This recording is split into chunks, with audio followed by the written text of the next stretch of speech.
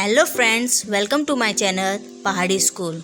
आज हम कंटिन्यू करेंगे transpose of matrix. Transpose of matrix में हम एक क्वेश्चन को लेके चलते हैं, उसके बाद हम आगे और पढ़ेंगे स्क्रू सिमेट्रिक मैट्रिक्स के बारे में पढ़ेंगे, उसके आगे पढ़ेंगे हम। आज हम इसको थोड़ा इसका एक क्वेश्चन लेके चलते हैं। मैंने बताया था ट्रांसपोज ऑफ मैट्रिक्स में आपको एक चीज़ बताई थी कि रो की पोर्शन कॉलम में लगता है, जितने भी रो हैं वो कॉलम बन जाते हैं और जितने भी कॉलम है वो रो बन जाते हैं। हमारे पास एक क्वेश्चन है जो CBSE में आया हुआ है, इसको हम करके आपको बताते हैं ये किस तरीके से ट्रांसपोज का क्वेश्चन सॉल्व होता है। ठीक है,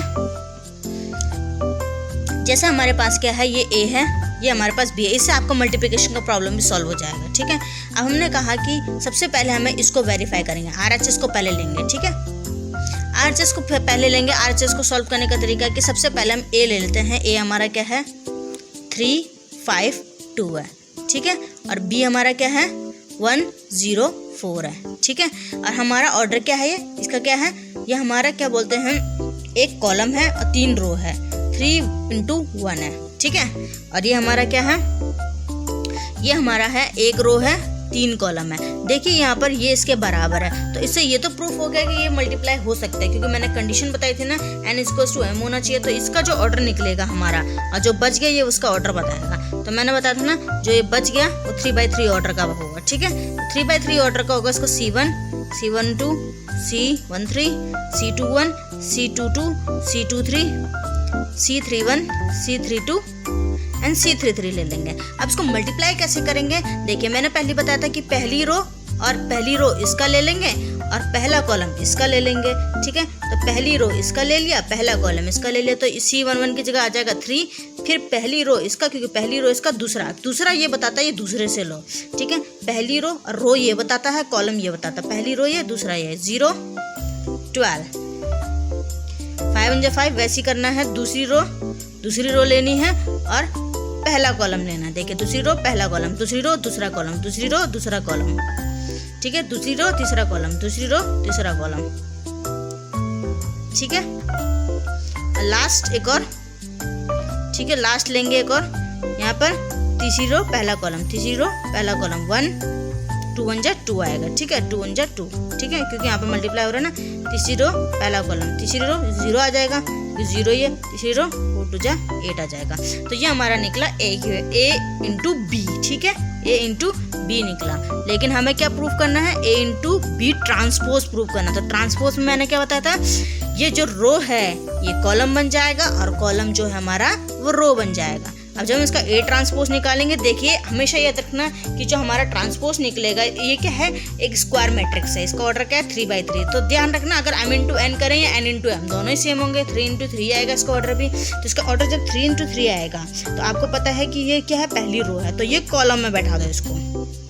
ठीक है, ये दूसरी रो है तो इसको कॉलम में बैठा दो, ये तीसरी रो है इसको कॉलम में बैठा दो। तो अब इससे क्या होगा, रो को तो हमने कॉलम में बैठा दिया, एक बार कॉलम भी चेक कर लेते हैं, क्या कॉलम क्या रो में बैठ गया, कॉलम रो में बैठ गया, हाँ कॉलम भी हमारा रो में बैठ गया। तो ये A ट्रांसपोज निकला। अब हमें क्या करना है, RHS सॉल्व करना। RHS के लिए मैंने बताया था पहले ये, फिर ये RHS राइट हैंड साइड। ठीक है, हमने ये तो प्रूफ कर दिया। अब ये करना है कि B ट्रांसपोज, क्योंकि दोनों को इक्वल दिखाना है, हमारा काम क्या है, B ट्रांसपोज A ट्रांसपोज कैसे निकलेगा।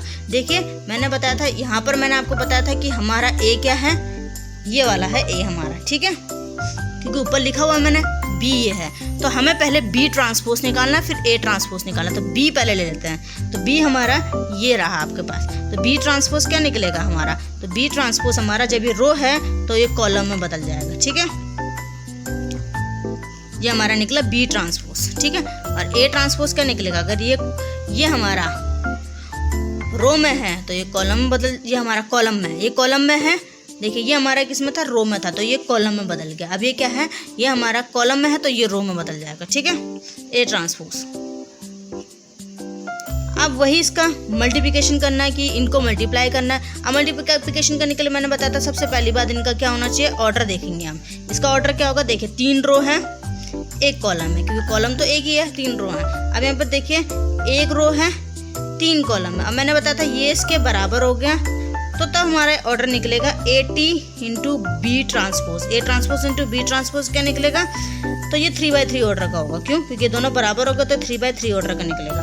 3/3 ऑर्डर का निकलेगा तो यहाँ पर वही होगा जैसे C11 करा था, C11, C12, C13, C21, C22, C23, C31, C32, C33।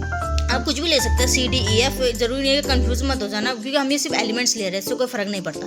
अब 1 पहली रो पहला कॉलम, पहली रो पहला कॉलम, यहाँ पर जाएगा तीसरा, ठीक है। पहली रो दूसरा कॉलम, तो यहाँ पर आ जाएगा हमारा 5, ठीक है। पहली रो तीसरा कॉलम, यहाँ पर जाएगा हमारा 2, ठीक है। और यहाँ पर देखिए पहली रो दूसरी रो, क्योंकि 2 बोला, 2 1, दूसरी रो दूसरा कॉलम 0, दूसरी रो दूसरा कॉलम, तो यहाँ पर क्या आ जाएगा, दूसरी रो दूसरा कॉलम 0, और यहाँ पर दूसरी रो तीसरा कॉलम 0, ठीक है। मल्टीप्लाई हो रहा है यहाँ पर, और कुछ नहीं। 4 3 जा 12, यहाँ पर 12 आ जाएगा। तीसरी रो पहला कॉलम, तीसरी रो दूसरा कॉलम, 5 4 जा 20, ठीक है। तीसरी रो दूसरा कॉलम, ये आ जाएगा हमारा 8। तो ये हमारा निकला A ट्रांसपोज और B ट्रांसपोज।